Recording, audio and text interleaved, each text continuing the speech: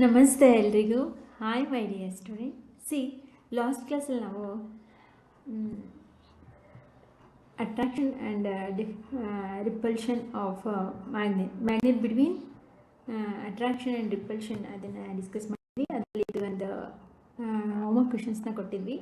The compass needle is a magnet. Well, it shows same here where if magnet is brought closer. ಅಂದರೆ compass needle ಅಂತ magnet ಅಂತ, ಹೌದು, is a small magnet, but it lightly shows as like magnet. ಅದು ಒಂದು magnet ಆಗಿರೋದ್ರಿಂದ ಸ್ವಲ್ಪ ಅದು north ಮತ್ತು ಸೌತ್ ಡಿಫ್ಲೆಕ್ಷನ್ಗೆ ಆಗುತ್ತೆ. ಇನ್ನು ನೆಕ್ಸ್ಟ್ ಇನ್ನೊಂದು ಇದನ್ನು ಕೇಳಿದ್ದೆ. Suppose we place a piece of wood between ಅಂದರೆ ಎರಡು ಮ್ಯಾಗ್ನೆಟ್ಗಳ ನಡುವೆ ಒಂದು ವುಡನ್ ಪೀಸ್ನ ಇಟ್ಟಾಗ ಅಟ್ರಾಕ್ಟ್ ಆಗುತ್ತಾ ಅದು ನೀಡಲು ಇಲ್ವಾ ಅಂತ, ಅದನ್ನು ಇವತ್ತು ಇಲ್ಲಿ ಅದ್ರ ಬಗ್ಗೆ ಡಿಸ್ಕಸ್ ಮಾಡಿ ಅದಕ್ಕೆ ನೀವೇ ಆನ್ಸರ್ ಸಿಗುತ್ತೆ, ಗೊತ್ತಾಗುತ್ತೆ. ಸಿ, ಅದಕ್ಕೊಂದು ಆಕ್ಟಿವಿಟಿನ ಕೊಟ್ಟಿದ್ದಾರೆ. ಆಕ್ಟಿವಿಟಿ 4.7 ನೋಡಿ. Let us investigate. ಏನು ಮಾಡೋಣ, ನಾವು ಇನ್ವೆಸ್ಟಿಗೇಟ್ ಪರೀಕ್ಷಿಸೋಣ. ಒಂದು ಮರದ ತುಂಡನ ಇಟ್ಟರೆ ಮ್ಯಾಗ್ನೆಟ್, ಬಾರ್ ಮ್ಯಾಗ್ನೆಟ್ ಮತ್ತು ಕಾಂಪಾಸ್ ನೀಡಲ್ ಮಧ್ಯೆ ಏನಾಗುತ್ತೆ ಅಂತ. Repeat the first or second part of activity 4.6. ಈ 4.6 ನಾವು ಆಕ್ಟಿವಿಟಿನ ಮಾಡಿದ್ದೀವಲ್ವಾ, ಇಲ್ಲಿ ಹೇಗೆ ಮಧ್ಯ ಇಲ್ಲಿ ಆ ಒಂದು ಆಕ್ಟಿವಿಟಿನೇ ರಿಪೀಟ್ ಮಾಡಿ ಅಂತ ಕೇಳಿದ್ದಾರೆ.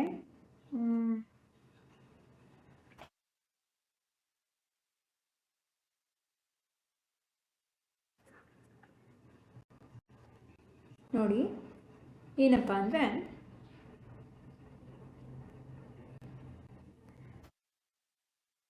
without disturbing the ball magnet and magnetic compass, place a piece of wood between them. ಯಾವುದೇ ರೀತಿ ಎರಡಕ್ಕೂ ಡಿಸ್ಟರ್ಬ್ ಮಾಡಿದಾಗೆ ಏನು ಮಾಡಬೇಕು, ಕಾಂತ ಮತ್ತು ದಿಕ್ಸೂಚಿಯನ್ನು ಯಾವುದೇ ರೀತಿ ಅದಕ್ಕೆ ಡಿಸ್ಟರ್ಬ್ ಅಂದರೆ ಅಲುಗಾಡಿಸಿದೆ ಅವೆರಡರ ನಡುವೆ ಒಂದು ಮರದ ತುಂಡನ್ನು, ಇವೆರಡನ್ನು ಯಾವುದೇ ರೀತಿ ನಾವು ಅಲುಗಾಡಿಸಿದೆ ಕಾಂಪಾಸನ್ನು ಮತ್ತು ಒಂದು ಬಾರ್ ಮ್ಯಾಗ್ನೆಟ್ನ ಎರಡನ್ನೂ ಇಡಬೇಕು. ಹಾಗೆ perpendicular to the table as shown in figure 4.10. ಹಾಗೆ ಒಂದು ಒಂದು ಮರದ ತುಂಡನ್ನು observe the compass needle carefully. ಇಲ್ಲಿ ಏನಪ್ಪ ಅಂದರೆ, ಕಾಂಪಾಸ್ ನೀಡಲ್ ಕಾಂತ ದಿಕ್ಸೂಚಿ ಮತ್ತು ಬಾರ್ ಮ್ಯಾಗ್ನೆಟ್ ದಂಡಾಕಾಂತ ಇವೆರಡನ್ನ ಅಲುಗಾಡಿಸದೆ ಹೆಚ್ಚಾಗಿ ಅವು ನೀಟಾಗಿ ಇವುಗಳನ್ನ ಇಡಬೇಕು. ಆಮೇಲೆ ಇವೆರಡರ ನಡುವೆ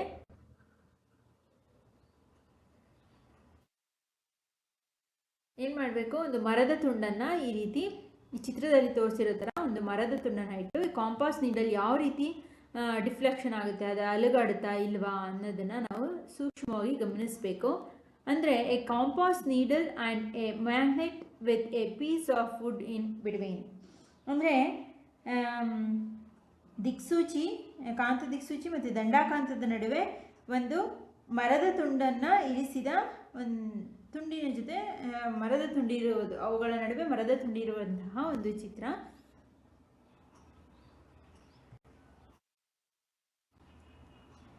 ಈ ರೀತಿ ಇಟ್ಟ ಮೇಲೆ ಏನಾಗುತ್ತೆ ಕಾಂಪಾಸ್ ನೀಡಲಲ್ಲಿ, ಅದನ್ನು ಕೇರ್ಫುಲ್ಲಾಗಿ ಗಮನಿಸಬೇಕು. Is there any effect on the deflection of compass needle due to the place of wood? ಏನು, ಮರದ ತುಂಡನ್ನು ಇಟ್ಟಿದ್ದರಿಂದ ಆ ದಿಕ್ಸೂಚಿಯ ವಿಚಲನೆಯಲ್ಲಿ ಏನಾದರೂ ಬದಲಾವಣೆ ಆಯಿತಾ ಅಂತ ಕೇಳ್ತಿದ್ದಾರೆ. ಅಂದರೆ ಈ ಒಂದು ಡಿಫ್ಲೆಕ್ಷನಲ್ಲಿ ಮರದ ತುಂಡನ ಮಧ್ಯ ಇಟ್ಟಿರೋದ್ರಿಂದ ಏನಾದರೂ ಆ ದಿಕ್ಸೂಚಿನಲ್ಲಿ ಏನಾದರೂ ವ್ಯತ್ಯಾಸ ಆಯಿತಾ? Record your observation in table 4.2 ಟೇಬಲಲ್ಲಿ ನಿಮ್ಮ ವೀಕ್ಷಣೆಯನ್ನು ಗಮನಿಸಿ ಬರೀರಿ.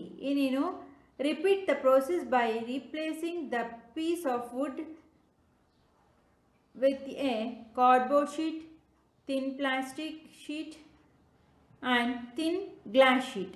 ಫಸ್ಟ್ ಏನು ಮಾಡಿ, ಈ ವುಡ್ ಮರದ ತುಂಡನ್ನು ಇಟ್ಟು ಏನಾದರೂ ವ್ಯತ್ಯಾಸ ಆಗುತ್ತಾ ಅದನ್ನು ಗಮನಿಸಿ.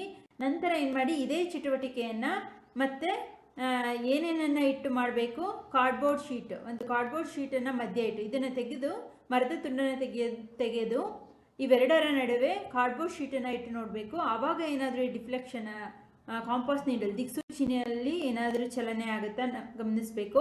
ಹಾಗೆ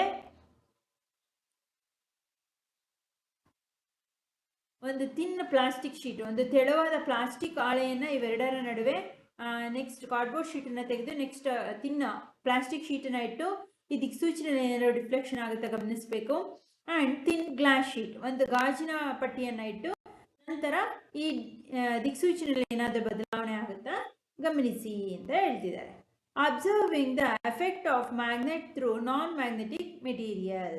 ಈ 4.2 ಟೇಬಲ್ನಲ್ಲಿ ಏನು ಗಮನಿಸ್ತೀರಾ ಆ ಚಟುವಟಿಕೆಯನ್ನು ಮಾಡಬೇಕಾದ್ರೆ ಅದನ್ನು ಈ ಒಂದು ಅಕಾಂತೀಯ ವಸ್ತುಗಳ ಮೂಲಕ ಕಾಂತದ ಪರಿಣಾಮದ ವೀಕ್ಷಣೆ, ಅಲ್ಲಿ ಮಧ್ಯ ಅಕಾಂತೀಯ ವಸ್ತು ಇದೆ ಅಲ್ವಾ, ಅದರಿಂದ ಈ ಕಾಂತೀಯ ವಸ್ತುವಿನಲ್ಲಿ ಯಾವ ರೀತಿ ಪರಿಣಾಮ, ಬಾರ್ ಮ್ಯಾಗ್ನೆಟ್ ಮತ್ತು ಕಾಂಪಾಸ್ ಮಧ್ಯೆ ಯಾವುದಾದ್ರೂ ಅಕಾಂತೀಯ ವಸ್ತುಗಳನ್ನು ಇಟ್ಟಾಗ ಯಾವ ರೀತಿ ಪರಿಣಾಮ ಉಂಟಾಗುತ್ತೆ ಅನ್ನೋದನ್ನು ಇಲ್ಲಿ ಗಮನಿಸಿ ಬರೀರಿ ಅಂತ. Material place it between the magnet and the compass needle observations.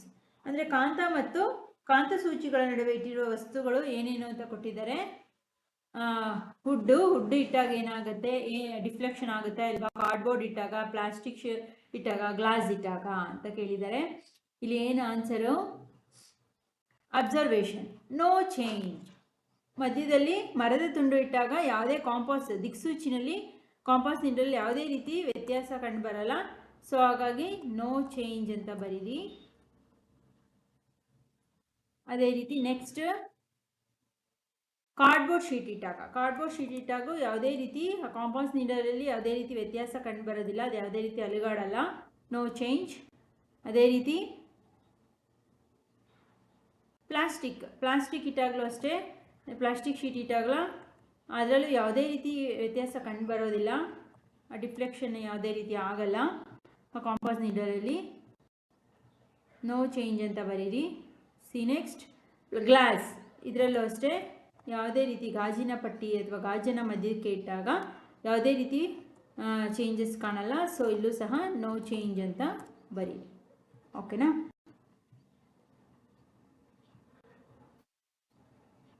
C next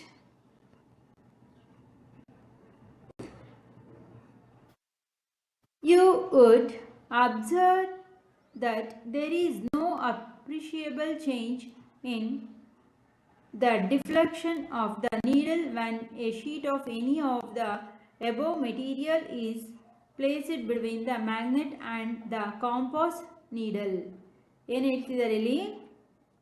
ಕಾಂತ ಮತ್ತು ಕಾಂತಸೂಚಿಯ ನಡುವೆ ವಸ್ತುಗಳನ್ನು ನೀವು ಯಾವುದೇ ರೀತಿ ಮರದ ತುಂಡು ಇರ್ಬೋದು, ಪ್ಲಾಸ್ಟಿಕ್ ಶೀಟ್ ಇರ್ಬೋದು, ಗ್ಲಾಸ್, ಯಾವುದೇ ರೀತಿ ವಸ್ತುಗಳನ್ನು ಇಟ್ಟಾಗಲೂ ಆ ಕಾಂತಸೂಚಿಯ ವಿಚಲನೆಯಲ್ಲಿ ಯಾವುದೇ ಗಣನೀಯ ಬದಲಾವಣೆ ಕಂಡುಬರುವುದಿಲ್ಲ, ಯಾವುದೇ ರೀತಿ ಬದಲಾವಣೆ ಕಾಣಿಸ್ತಾ ಇಲ್ಲ. So therefore we can conclude that the magnetic effect can act through non-magnetic materials. ಇದರಿಂದ ನಾವು ಏನನ್ನು ಅರ್ಥ ಮಾಡ್ಕೊಳ್ಬೋದು? ನಾವು ಕಾಂತದ ಪರಿಣಾಮವು ಅಕಾಂತೀಯ ವಸ್ತುಗಳ ಮೂಲಕವೂ ಆಗುತ್ತದೆ ಎಂದು ತೀರ್ಮಾನಿಸಬಹುದು. ಈ ಒಂದು ಕಾಂತದ ಪರಿಣಾಮ ಏನೋ ಅಕಾಂತೀಯ ವಸ್ತುಗಳ ಮೂಲಕವೂ ಆಗುತ್ತೆ ಅನ್ನೋದನ್ನು ನಾವು ಕನ್ಕ್ಲೂಡ್ ಮಾಡ್ಬೋದು. ಆಯ್ತಾ? ಇದಕ್ಕೆಲ್ಲ ಆನ್ಸರ್ ಸಿಗ್ತಾ? ಅಂದರೆ ನಾವಲ್ಲಿ ಒಂದು ಮರದ ತುಂಡನ್ನು ಇಟ್ಟಾಗ ಯಾವುದೇ ರೀತಿ ಡಿಫ್ಲೆಕ್ಷನ್ ಆಗಲ್ಲ ಕಾಂಪಾಸ್ ನೀಡಲಲ್ಲಿ ಅನ್ನೋದನ್ನು ಅರ್ಥ ಮಾಡ್ಕೊಳ್ಳಿ. ಸಿ ನೆಕ್ಸ್ಟ್ 4.5 ನೋಡಿ. Fun with magnets. ಕಾಂತಗಳೊಂದಿಗೆ ಆಟ. ಹೇಗೆ ಕಾಂತಗಳ ಜೊತೆ ಆಟ ಆಡೋದು? ಮ್ಯಾಗ್ನೆಟ್ಸ್ ಜೊತೆ ಯಾವ ರೀತಿ ನಾವು ಆಟ ಆಡೋದು? ಎಲ್ಲರೂ ಆಟ ಆಡೇ ಇರ್ತೀರ ಅಲ್ವಾ?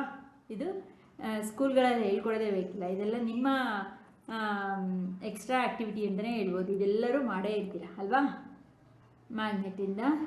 After learning about magnets, Reshma was excited and decided to set up some fun activities using magnets at her school fair. ಏನು? ಕಾಂತಗಳ ಬಗ್ಗೆ ತಿಳಿದ ನಂತರ ರೇಷ್ಮಾಳ ಉತ್ಸಾಹ ಇನ್ನೂ ಜಾಸ್ತಿ ಆಯಿತು, ಇಮ್ಮಡಿ ಆಯಿತು, ತುಂಬ ಜಾಸ್ತಿ ಆಯಿತು. ತನ್ನ ಶಾಲೆಯಲ್ಲಿ ನಡೆಯುವ ಶಾಲಾ ಮಕ್ಕಳೆಂದು ಕೆಲವು ಶಾಲೆಗಳಲ್ಲಿ ನಡೀತಂತೆ ಶಾಲಾ ಮೇಳಕ್ಕೆಂದು ಕೆಲವು ಚಟುವಟಿಕೆಗಳನ್ನು ರೂಪಿಸಲು ಅವಳು ನಿರ್ಧರಿಸಿಕೊಂಡಳು. ಸ್ಕೂಲ್ಗಳಲ್ಲಿ ಮೇಳಗಳು ನಡೆಯುತ್ತಲ್ಲ, ಆ ಸ್ಕೂಲ್ ಫೇರ್ಗೆ ಮ್ಯಾಗ್ನೆಟಿಂದ ಏನೇನು ಆ್ಯಕ್ಟಿವಿಟಿನ ಮಾಡ್ಬೋದು ಅದಕ್ಕೆ ರೆಡಿ ಮಾಡ್ಕೊತಿದ್ದಾಳೆ. You may try making these yourselves and may also think of some more fun ideas. ನೀವು ಸಹ ಏನು ಮಾಡಿ ಇದನ್ನು ಮಾಡೋಕ್ಕೆ ಪ್ರಯತ್ನ ಮಾಡಿ, ಹಾಗೆ ಹೊಸ ಉಪಾಯಗಳನ್ನು ನೀವು ಆಲೋಚನೆ ಮಾಡಿ. Can we make a garland figure 4.11? ಹಾಗಾದರೆ ನಾವು ಒಂದು ಹಾರವನ್ನು ತಯಾರಿಸಬಹುದೇ ಗಾರ್ಲ್ಯಾಂಡ್ನ? ಇಲ್ಲಿ ನೋಡಿ, magnet can move some objects without touching them, is that not amazing? ಅಂದರೆ ಕೆಲವೊಂದು ವಸ್ತುಗಳನ್ನು ನಾವು ಸ್ಪರ್ಶಿಸದೆ ಕಾಂತವು ಕೆಲವು ವಸ್ತುಗಳನ್ನು ಚಲಿಸುವಂತೆ ಮಾಡಬಲ್ಲದು. ಇದು ಅದ್ಭುತವೇನಲ್ಲ, ನಾವೆಲ್ಲರೂ ನೋಡೇ ಇರ್ತೀವಿ, ಇದನ್ನೆಲ್ಲ ಮಾಡೇ ಇರ್ತೀವಿ. ಸ್ವಲ್ಪ ದೂರದಲ್ಲಿ ಮ್ಯಾಗ್ನೆಟ್ ಇಟ್ಕೊಂಡು ಆ ಕಬ್ಬಿಣದ ಚೂರುಗಳು, ಮಣ್ಣಿನಲ್ಲಿರ್ತಕ್ಕಂಥ ಕೆಲವು ಲೋಹದ ಚೂರುಗಳಿಂದ ಯಾವ ಕಡೆ ಹೇಗೆ ಸರಿಸ್ತೀವಿ ಅದು ಆ ಕಡೆಗೆ ಚಲಿಸ್ತಾ ಇರುತ್ತೆ, ಅದನ್ನು ಟಚ್ ಮಾಡದೆ ಹೋದ್ರೂ. ಇದನ್ನೆಲ್ಲರೂ ಆಟ ಆಡೇ ಇರ್ತೀವಿ ಅಲ್ವಾ. ಮ್ಯಾಗ್ನೆಟಿಕ್ ಗಾರ್ಲ್ಯಾಂಡ್ ನೋಡಿ, ಒಂದು ಕಾಂತದ ಹಾರ, ಇದನ್ನೆಲ್ಲರೂ ನಾವು ಮಾಡಿರ್ತೀವಿ ಅಲ್ವಾ. ಈ ರೀತಿ ಒಂದು ಮ್ಯಾಗ್ನೆಟ್ ತುಂಡನ್ನು ತಗೊಂಡು ಅದಕ್ಕೆ ಕೆಲವೊಂದು ಈ ರೀತಿ ತುಣುಕುಗಳು, ಲೋಹದ ತುಣುಕುಗಳು ಅಂಟಿರ್ತಕ್ಕಂಥದ್ದು, ಇದನ್ನೇ ಒಂದು ಮ್ಯಾಗ್ನೆಟಿಕ್, ಇದನ್ನು ಫನ್ನು. ನೆಕ್ಸ್ಟ್ ನೋಡಿ, can we take the steel balls out of the maze by moving a magnet below the cardboard tray, figure 4.11? ನಾವು ಸಮಸ್ಯಾ ಜಾಲ ಮೇಜ್ ದೊಳಗೆ ಒಂದು ಸ್ಟೀಲ್ ಬಾಲ್ಸ್ಗಳನ್ನು ಕಾರ್ಡ್ಬೋರ್ಡ್ ಕೆಳಗೆ ಕಾಂತವನ್ನು ಚಲಿಸುವಂತೆ, ಒಂದು ಬಾಲ್ಸ್ಗಳನ್ನು, ಸ್ಟೀಲ್ ಬಾಲ್ಗಳನ್ನ ತಗೊಂಡು ಕಾರ್ಡ್ಬೋರ್ಡ್ ಕೆಳಗಡೆ ಆ ಕಾಂತಗಳು ಚಲಿಸುವಂತೆ ಮಾಡಿ ಹೊರ ತೆಗೆಯಬಹುದೇ? ಅಂದರೆ ಸ್ಟೀಲ್ ಬಾಲ್ಗಳನ್ನ ನಾವು ಈ ಕಾರ್ಡ್ಬೋರ್ಡ್ ಒಳಗೆ ಮ್ಯಾಗ್ನೆಟ್ನ ಹಾಕಿದ್ರೆ ಅದೆಲ್ಲದಕ್ಕೂ ಅಂಟ್ಕೊಳ್ಳುತ್ತಲ್ವಾ, ಹಾಗಾಗಿ ಅದನ್ನ ಉಪಯೋಗಿಸ್ಕೊಂಡು ನಾವು ಸ್ಟೀಲ್ ಬಾಲ್ಗಳನ್ನ ನಾವು ಹೊರ ತೆಗಿಬೋದೇ ಅಂತ ಕ್ವೆಶನ್ ಕೇಳಿದ್ದಾರೆ. Can we pick out a steel paper clip fallen in water using a magnet without getting our fingers or the magnet wet, figure 4.3? ನಾವೇನು ಈ ಚಿತ್ರದಲ್ಲಿ ತೋರಿಸಿದಾರಲ್ಲ, ನೀರು ಒಳಗಡೆ ಒಂದು ಸ್ಟೀಲ್ ಪೇಪರ್ ಕ್ಲಿಪ್, ಇಲ್ಲಿ ಪೇಪರ್ಗೆ ಹಾಕ್ತಾರಲ್ಲ ಸ್ಟೀಲ್ ಪೇಪರ್ ಕ್ಲಿಪ್ಪು, ಇದು ಬಿದೋಗ್ಬಿಟ್ಟಿದೆ ನೀರು ಒಳಗಡೆ, ಒಂದು ಲೋಟದೊಳಗಡೆ. ಆದರೆ ಅದನ್ನು ಹೊರಗೆ ತಗೋಬೇಕು, ಆದರೆ ನಮ್ಮ ಕೈಗಳು ಒದ್ದೆ ಆಗಬಾರ್ದು. ಕೈಯನ್ನು ನೀರೊಳಗೆ ಗ್ಲಾಸ್ ಒಳಗೆ ಹಾಕಿ ನಾವು ತೆಗಿಯೋಕ್ಕೆ ಬರಲ್ಲ, ಯಾಕಂದರೆ ನಮ್ಮ ಕೈ ಬೆರಳುಗಳು ಒದ್ದೆ ಮಾಡ್ಕೊಳ್ದೇನೆ ಅದನ್ನು ಕಾಂತವನ್ನು ಉಪಯೋಗಿಸಿ, ಮ್ಯಾಗ್ನೆಟ್ನ ಉಪಯೋಗಿಸ್ಕೊಂಡು ತೆಗಿಬೋದಾ ಅಂತ ಇಲ್ಲಿ ಚಿತ್ರದಲ್ಲೇ ಕೊಟ್ಟಿದ್ದರು, ತೆಗಿಬೋದು ಅಲ್ವಾ. ಇದ್ರ ಮೇಲೆ ಇದನ್ನು ಟಚ್ ಮಾಡ್ತಾ ಹೋದರೆ ಏನಾಗುತ್ತೆ, ಅದು ಮೇಲಕ್ಕೆ ಬರುತ್ತೆ ಅಲ್ವಾ. ಗಾಜಿನ ಮೇಲೆ ಹತ್ತಿರಕ್ಕೆ ಹೋಗಿ ಟಚ್ ಮಾಡಿ ಅದೆಲ್ಲಿರುತ್ತೆ ಅದು ಅಟ್ರಾಕ್ಟ್ ಆಗುತ್ತೆ, ಅದನ್ನು ಎಳ್ಕೊಂಡು ಹೀಗೆ ಮೇಲೆ ಬಂದರೆ ಇಲ್ಲಿಗೆ ಬರುತ್ತೆ ಅಲ್ವಾ. ಇದೆಲ್ಲರೂ ನೀವು ಮಾಡಿರ್ತೀರ, ಮಾಡಿ ಒಂದ್ಸಲ ಮನೇಲಿ.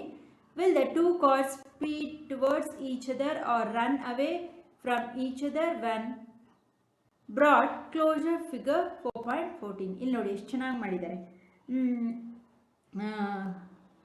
ಇಲ್ಲಿ ಚಿತ್ರದಲ್ಲಿ ತೋರಿಸಿರುವಂತೆ ಎರಡು ಕಾರ್ಗಳನ್ನು ಪರಸ್ಪರ ಹತ್ತಿರ ತಂದಾಗ ಅವುಗಳು ವೇಗವಾಗಿ ಹತ್ತಿರ ಬರುವಂತೆ ಅಥವಾ ದೂರ ಸರಿಯುತ್ತವೆಯೇ?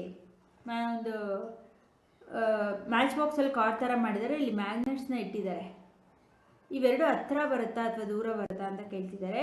Two match box magnet cars with like poles of the magnet facing each other. ಸಜಾತಿಯ ಧ್ರುವಗಳು ಎದುರು ಒಂದಾಗಿರುವ ಎರಡು ಬೆಂಕಿ ಪೊಟ್ಟಣಗಳು, ಅಂದರೆ ಇವೆರಡು ಸೇಮ್ ಪೋಲ್ಸ್ ಇದೆ.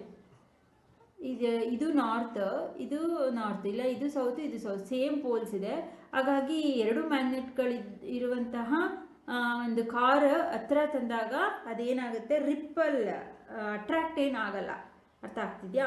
ಎರಡು ಏನು ಸಜಾತಿಯ ಬೆಂಕಿ ಪೊಟ್ಟಣದ ಕಾರುಗಳಿರೋದ್ರಿಂದ ಧ್ರುವಗಳು ಎದುರು ಬದರಾದರೂ ಸಹ ಅವು ಹತ್ತಿರ ಬರಲ್ಲ, ದೂರ ಸರಿಯುತ್ತೆ. ದೂರ ಅಂದರೆ ಹಾಗೆ ಇರುತ್ತೆ. ಅರ್ಥ ಆಗ್ತಿದೆಯಾ? ಇದಿಷ್ಟು. ಹೀಗೆ ನೋಡಿ, ಇನ್ ಸಮ್ ಮ್ಯಾಗ್ನೆಟ್ಸ್, ನೀವು ಇಷ್ಟೊಂದು ಕೆಲವೊಂದು ಆ್ಯಕ್ಟಿವಿಟಿನ ಮಾಡ್ಬೋದು ಮ್ಯಾಗ್ನೆಟ್ ಮೂಲಕ. ಮಾಡಿ ಎಕ್ಸ್ಪೀರಿಯನ್ಸ್ ಮಾಡಿ, ಏನು ಅನುಭವ ಆಗುತ್ತೆ ಅದನ್ನು ಡಿಸ್ಕ್ರಿಪ್ಷನಲ್ಲಿ ಹಾಕಿ. In some magnets, the north and south poles are marked as north and south. In some other magnets, the north pole is indicated by a white dot. Sometimes, the north pole of a magnet is painted red and south pole is painted blue. In some magnets, the north and south poles are marked in north and south. ಕೆಲವೊಂದು ಕಾಂತಗಳಲ್ಲಿ north ಮತ್ತು ಸೌತನ್ನು N ಮತ್ತು ಎಸ್ಸಿನಿಂದ ಗುರುತು ಮಾಡಲಾಗಿರುತ್ತದೆ. ಇನ್ನು some other ಮ್ಯಾಗ್ನೆಟ್ಸಲ್ಲಿ north pole is indicated by white dot. ಇಲ್ಲಿ ಮಾಡಿದಾರಲ್ವಾ, north pole ಒಂದನ್ನು ಮಾತ್ರ, ಅಂದರೆ ಒಂದನ್ನು ಮಾತ್ರ ನಾರ್ತ್ ಪೋಲ್ ಆಗಿದ್ದರೆ ಅದನ್ನು ವೈಟ್ ಡಾಟಿಂದ ಗುರುತು ಮಾಡಿರ್ತಾರೆ. ಇನ್ನು ಕೆಲವು ಕಡೆ ಈ ಎರಡು ವೈಟ್ ಇರೋದ್ರಿಂದ ಇದೆರಡು ನಾರ್ತೇ ಆಯಿತು ಅಲ್ವಾ. Same poles are repel to each other. ಕೆಲವೊಂದು ಮ್ಯಾಗ್ನೆಟ್ಗಳಲ್ಲಿ ಎರಡು ಕಡೆ ಒಂದು ಕಡೆ ನಾರ್ತ್ ಸೌತ್ ಅಂತ ಎನ್ ಅಥವಾ ಎಸ್ ಅಂತ ಬರೆದಿದ್ರೆ, ಇನ್ನು ಕೆಲವು ಮ್ಯಾಗ್ನೆಟ್ಗಳಲ್ಲಿ ಕಾಂತಗಳಲ್ಲಿ ಈ ರೀತಿ ವೈಟ್ ಡಾಟ್ ಅನ್ನ, ನಾರ್ತ್ ಪೋಲ್ ಅನ್ನು ಮಾತ್ರ, ಉತ್ತರ ಧ್ರುವಗಳನ್ನ ವೈಟ್ ಡಾಟ್ ಇಂದ ಗುರುತು ಮಾಡಲಾಗಿರುತ್ತೆ. Sometimes the north pole of a magnet is painted red and the south pole painted blue. ಇನ್ನು ಕೆಲವು ಕಡೆ ನಾರ್ತ್ ಪೋಲ್ ಉತ್ತರ ದಿಕ್ಕನ್ನ ರೆಡ್ ಕಲರ್ ಕೆಂಪು ಬಣ್ಣದ ಡಾಟ್ ಇಂದ ಗುರುತು ಮಾಡಿರ್ತಾರೆ. ಹಾಗೆ ಸೌತ್ ಪೋಲ್ ದಕ್ಷಿಣ ಧ್ರುವವನ್ನ ಬ್ಲೂ ಕಲರ್ ನೀಲಿ ಬಣ್ಣದ ಡಾಟ್ ಇಂದ ಗುರುತು ಮಾಡಲಾಗುತ್ತದೆ ಅಂತ ಇನ್ಸ್ಟ್ರಕ್ಷನ್. ಅಂದ್ರೆ ಕೆಲವೊಂದು ಮ್ಯಾಗ್ನೆಟ್ಗಳಲ್ಲಿ ನಾರ್ತ್ ಮತ್ತೆ ಸೌತ್ ಅನ್ನು ಕಂಡುಹಿಡಿಯೋದಕ್ಕೆ ಯಾವ ರೀತಿ ಗುರುತು ಮಾಡಿರ್ತಾರೆ ಅಂತ ತಿಳಿಸ್ತಾ ಇದ್ದಾರೆ. See next, how to keep the magnets safe. ನಾವು ಕಾಂತಗಳನ್ನು ಸಂರಕ್ಷಿಸುವುದು ಹೇಗೆ, ನಾವು ಸೇಫ್ ಆಗಿ ಈ ಮ್ಯಾಗ್ನೆಟ್ಸ್ಗಳನ್ನ ಉಪಯೋಗಿಸೋದು ಮತ್ತು ಇಟ್ಕೊಳ್ಳೋದು ಹೇಗೆ. ಮ್ಯಾಗ್ನೆಟ್ ಸೇಸ್, ಮ್ಯಾಗ್ನೆಟೇ ಹೇಳ್ತಿದೆ ಏನು, ಸ್ಟೋರ್ ಮೀ ಪ್ರಾಪರ್ಲಿ, ನನ್ನನ್ನು ಸರಿಯಾಗಿ ಸಂರಕ್ಷಿಸಿ. Keep me in pairs with unlike poles on the same side. ಏನು ಮಾಡಿ, ವಿಜಾತಿಯ ಧ್ರುವಗಳು ಅನ್ಲೈಕ್ ಪೋಲ್ಸ್ ಇರುತ್ತಲ್ಲ, ವಿಜಾತಿಯ ಧ್ರುವಗಳು ಒಂದೇ ಕಡೆ ಬರುವಂತೆ ಜೋಡಿಸಿ ಅವುಗಳ ಮಧ್ಯೆ ಒಂದು ಮರದ ತುಂಡನ್ನು ಇಡಿ. ಏನೋ, keep a piece of wood ಅಂದ್ರೆ ಎರಡು ಅಂಟ್ಕೊಳ್ಳುವ ಈ ರೀತಿ. ಇಲ್ಲಿ ಚಿತ್ರದಲ್ಲಿ ತೋರಿಸಿದ್ರಲ್ಲ, ಇಲ್ಲಿ ನಾರ್ತ್ ಈ ಕಡೆ ಸೌತ್ ಇರಬೇಕು, ಇಲ್ಲಿ ನಾರ್ತ್ ಬರಬಾರ್ದು, ಇಲ್ಲಿ ಸೌತ್ ಇದೆ, ಇಲ್ಲಿ ನಾರ್ತ್, ಈ ರೀತಿ ಬರೋ ತರ ಇಟ್ಟು ವುಡನ್ ಪೀಸ್, ಒಂದು ಮರದ ತುಂಡು ಅಥವಾ ಒಂದು place 2 pieces of soft iron across the hands. ಒಂದು ಇಲ್ಲ ಕಬ್ಬಿಣದ ತುಂಡು ಅಥವಾ ಒಂದು ಮರದ ತುಂಡನ್ನ ಅವೆರಡ ಕಾಂತಗಳ ನಡುವೆ ಈ ರೀತಿ ಮಧ್ಯಕ್ಕೆ ಇಡಿ. ಕಾಂತಗಳ ಎರಡೂ ಬದಿಯನ್ನು ಕಬ್ಬಿಣದ ಪಟ್ಟಿ ಅಥವಾ ಮರದ ತುಂಡಿನಿಂದ ಜೋಡಿಸಿ. ಈ ರೀತಿ ನಿಮ್ಮ ಸ್ಕೂಲ್ಗಳಲ್ಲಿ ಇದೇ ರೀತಿ ಇಟ್ಟಿರ್ತಾರೆ. ಇಲ್ಲ ಮಧ್ಯ ಐರನ್ ಕಬ್ಬಿಣದ ಪೀಸನ್ನ ಇಟ್ಟಿರ್ತಾರೆ, ತುಂಡನ ಅಥವಾ ಮರದ ತುಂಡನ ಇಟ್ಟಿರ್ತಾರೆ. ಹಾಗೆ